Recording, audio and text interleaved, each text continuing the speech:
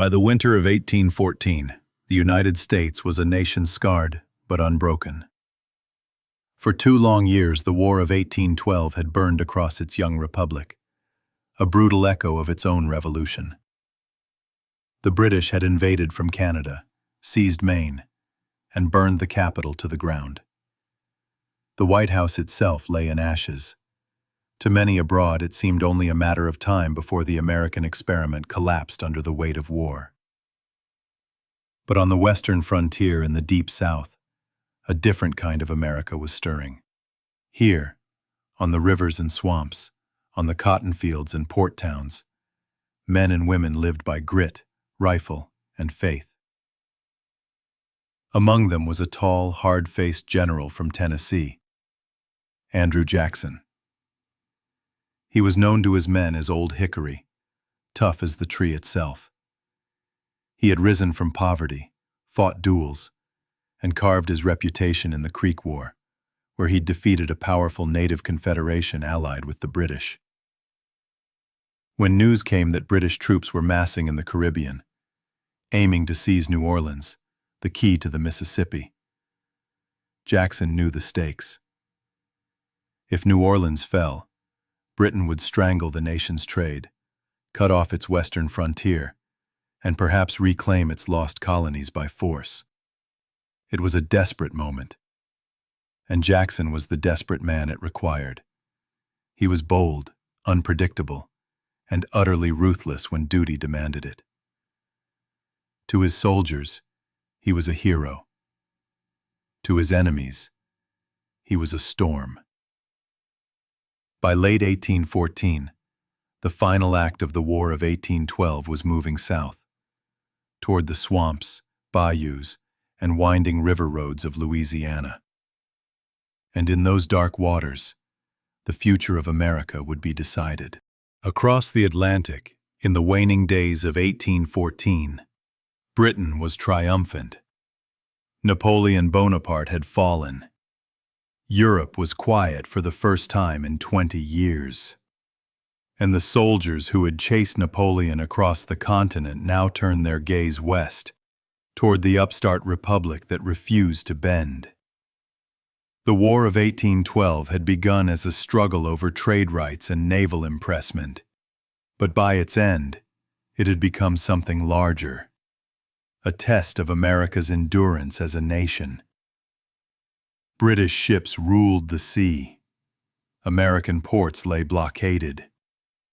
The capital, Washington, had burned beneath the Union Jack. If New Orleans fell, the United States could be split in two, its western frontier strangled at the river's mouth. The invasion force assembled in the Caribbean. Veterans of Waterloo, Royal Marines, West Indian regiments, Highlanders in kilts. Their commander, Major General Sir Edward Pakenham, was a hero of the Peninsular Wars, a man of courage, honor, and unshakable faith in discipline. They sailed north in December, their convoy stretching for miles across the Gulf. Their target, New Orleans, the key to the Mississippi, gateway to America's heartland.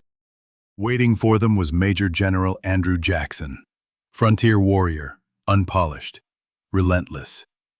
He had marched from Mobile to New Orleans in a storm of urgency, driven by one clear command to his men: "We will defend this city or die in the ditch." When he arrived, Jackson found a city more festive than a fortress. New Orleans was a blend of cultures: French, Spanish, Creole, African, and American. A city of music and trade, of gamblers and smugglers.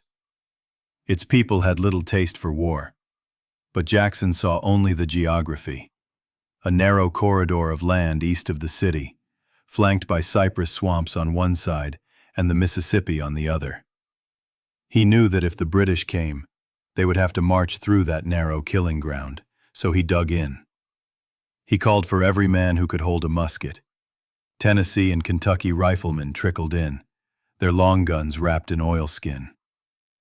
Creole militia volunteered, speaking a mix of French and English. Free men of color, veterans of earlier battles, offered their service. And from the Gulf came a figure out of legend, Jean Lafitte, the pirate of Barataria Bay. Lafitte had been hunted as an outlaw, but now his ships, his cannons, and his smuggler's gunpowder would help defend the republic that once branded him a criminal. Jackson accepted his offer, writing later, "The best guns on the field were those furnished by the Baratarians." By Christmas Eve, Jackson's army was a motley congregation of the frontier. Farmers, planters, sailors, Choctaw scouts, black and white volunteers, and pirates. No one expected them to win. Yet as 1814 drew to its close, they were all that stood between New Orleans and the empire that had once ruled the world. Jackson ordered the canals to be deepened, batteries to be raised, and trenches to be reinforced. His men slept in mud and worked by torchlight, their hands blistered, their clothes soaked. But their confidence in Old Hickory never wavered. Across the bayous, the British had troubles of their own. The swamp was devouring them. Mosquitoes by day, freezing fog by night.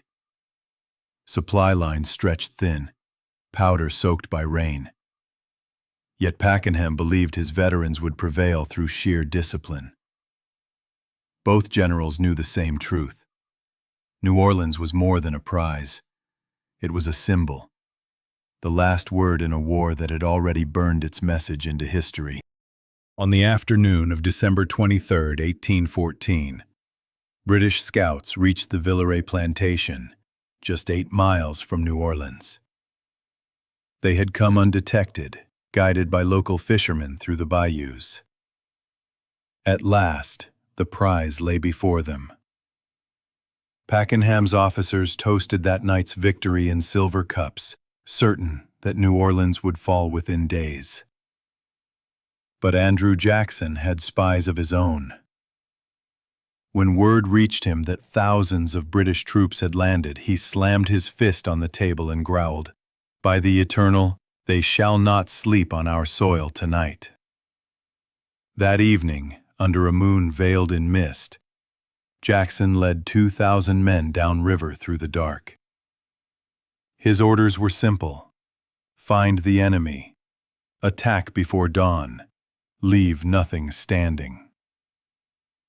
At 7:30 p.m., the silence of the British camp was shattered. From the cane fields came the roar of American cannon. Rifles cracked. Men shouted in English, French, and Choctaw. The air was filled with smoke and sparks.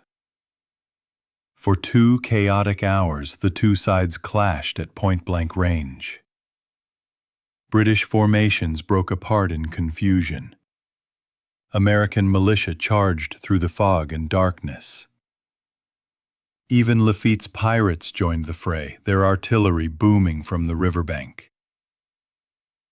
When the smoke cleared, the British still held the ground, but they had lost hundreds. And Pakenham had learned a dangerous lesson. His enemy was not a mob, but a commander who struck fast and fought hard. Over the next 2 weeks, both sides dug in. The British built canals to move their ships closer to the city. Jackson's men expanded their rampart, using barrels, cotton bales, and even sugar sacks as makeshift walls. Rain poured almost daily. Soldiers slept in puddles, their boots rotting from the damp. Disease crept through the camps: malaria, fever, dysentery. But the men endured, bound together by stubbornness and the belief that God, or destiny, was on their side. The British tested the American line on December 28th and again on January 1st, bombarding the rampart with cannon fire. Each time, Jackson's artillery thundered back. Each time, the line held. Pakenham's confidence began to crack. His army had lost hundreds in the skirmishes, supplies ran low. Still, honor demanded one last blow. The plan was simple in theory. At dawn on January 8, 1815, 2 columns of redcoats would storm Jackson's line head-on, while another flanked the Americans from the riverbank. Pakenham would lead from the front, trusting the discipline of British regulars to break through mud, smoke, and fire. He told his officers that morning, "We will sweep them from the field before breakfast." But fate and fog had other plans. Before dawn, a heavy mist settled over the field. Men whispered prayers. Officers checked watches by candlelight. Across the canal, Jackson's sentries waited, their muskets ready, their nerves like drawn wire. In that gray stillness, 2 armies, one the mightiest in the world, the other a rough patchwork of farmers, pirates, and volunteers, stood facing each other across a mile of open ground. And when the fog lifted, the world would never see New Orleans the same way again. The dawn of January 8, 1815, broke gray and cold over the Louisiana wetlands. A heavy mist lay thick on the fields of the Chalmette plantation, so dense that soldiers could barely see the man next to them. Through that fog, the red lines of the British Army began to form. Columns of scarlet coats, glinting bayonets, men who had fought from the Pyrenees to Waterloo, now standing in silence on American soil. They were veterans, proud, disciplined, sure of victory. At their head rode Major General Sir Edward Pakenham, a hero of the Napoleonic Wars, his confidence as polished as the brass buttons on his coat. Across the mile-wide field, behind a muddy canal, stood Andrew Jackson's ragtag army of Americans. Farmers, militiamen, frontiersmen, Creoles, free black soldiers, Choctaw warriors, and the pirates of Jean Lafitte. A patchwork of accents, races, and uniforms, united by a single purpose: defend New Orleans or die trying. Jackson stood along the line that morning, his face smeared with mud, his voice steady as he shouted through the mist. "Stand to your posts. The enemy's near. Give them steel and fire." The Americans had built a mile-long wall of earth and timber, fronted by a canal, defended by heavy cannon. 8 artillery batteries lined the rampart, including Lafitte's prized 24-pounders, manned by smugglers who once fired on the very Navy now protecting them. As the first light broke, the fog began to lift, revealing the glint of bayonets and the steady march of red lines advancing across open ground. Jackson waited. Then he raised his arm. At that signal, every American cannon on the line unleashed a thunderous roar. The air became chaos, a storm of iron and flame. British ranks staggered, torn apart by grapeshot. Men fell in heaps, yet still they came on, their discipline carrying them forward over bodies and mud. On the British right, Colonel Rennie's men charged toward the riverbank, hoping to flank the American line. They reached the top of the rampart, only to be met by Kentucky riflemen and a blast of canister at point-blank range. Rennie fell dead, his men scattered. In the center, Pakenham spurred his horse, rallying the faltering line with sword drawn. His words were lost beneath the roar of artillery. A cannonball struck his horse, then a volley of grapeshot tore through his body. He fell into the arms of his aides, whispering, "Tell my wife I died at my post." Leaderless and lost in the smoke, the British assault collapsed. Men tried to cross the canal, only to sink into the mud, drowning beneath their own packs.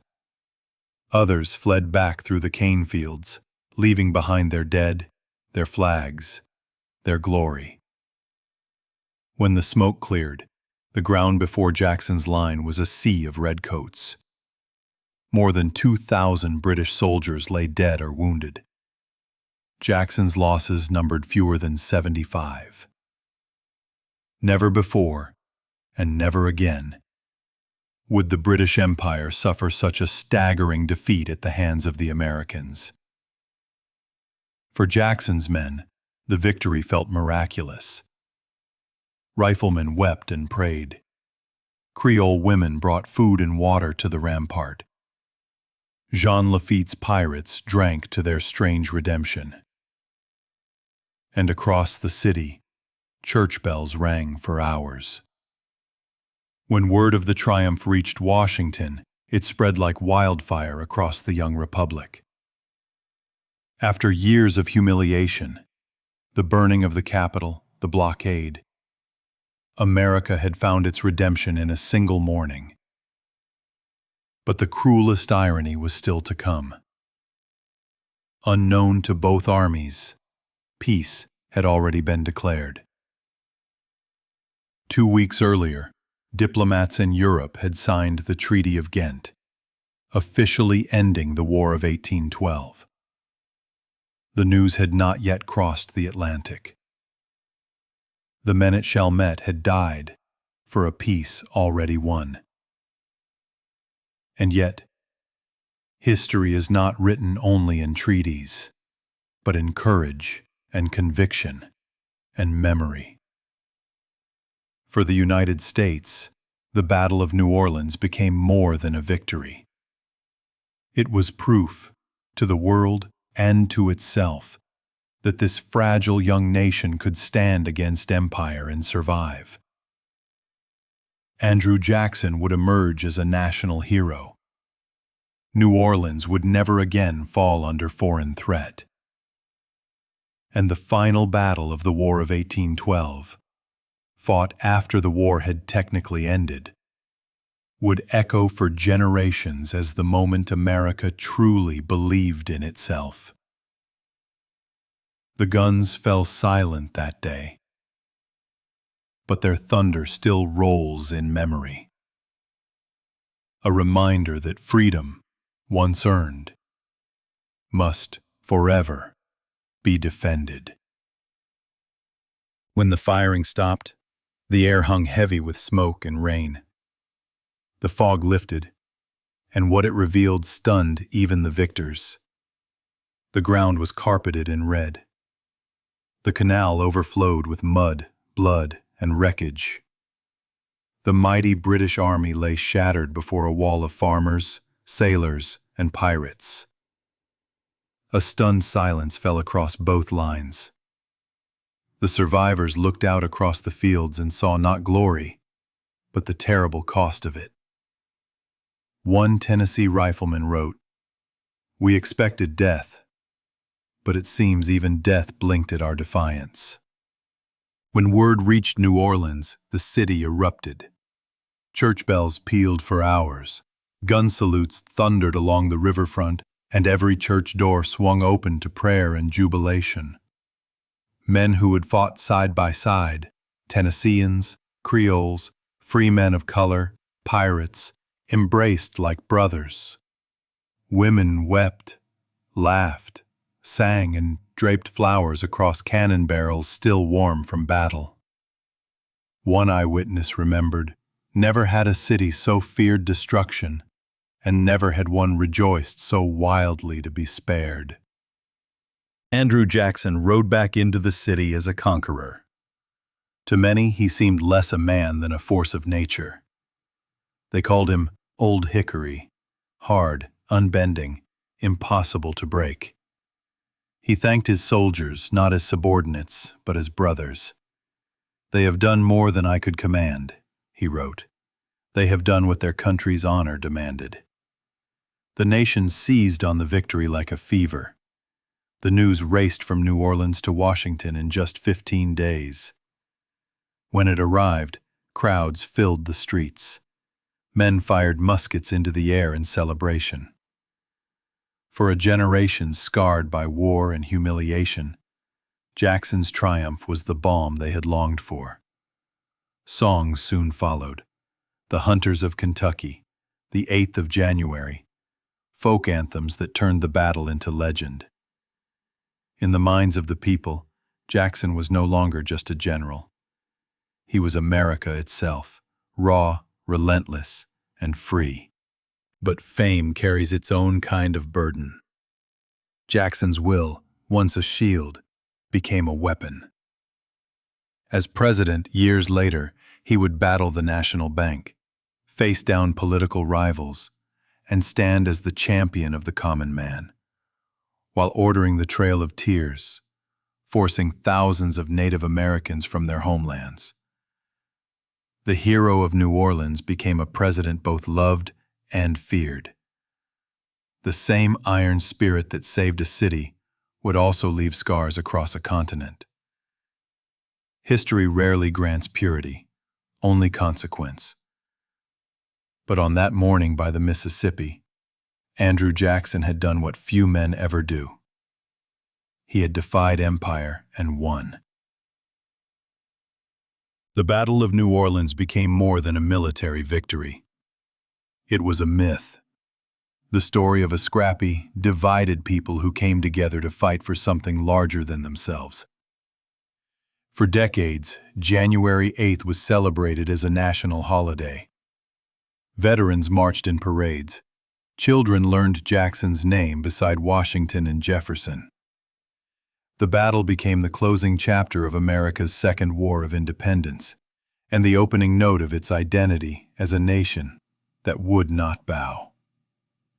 It reminded Americans that they were no longer fragile revolutionaries, but something new. A people with their own will, their own destiny, and their own heroes. Today, the Chalmette battlefield rests quietly just outside New Orleans.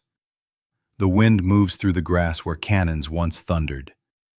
Each January, men and women gather here, to honor those who fought, to listen to the crack of muskets in salute, and to remember a moment when courage changed the course of a nation.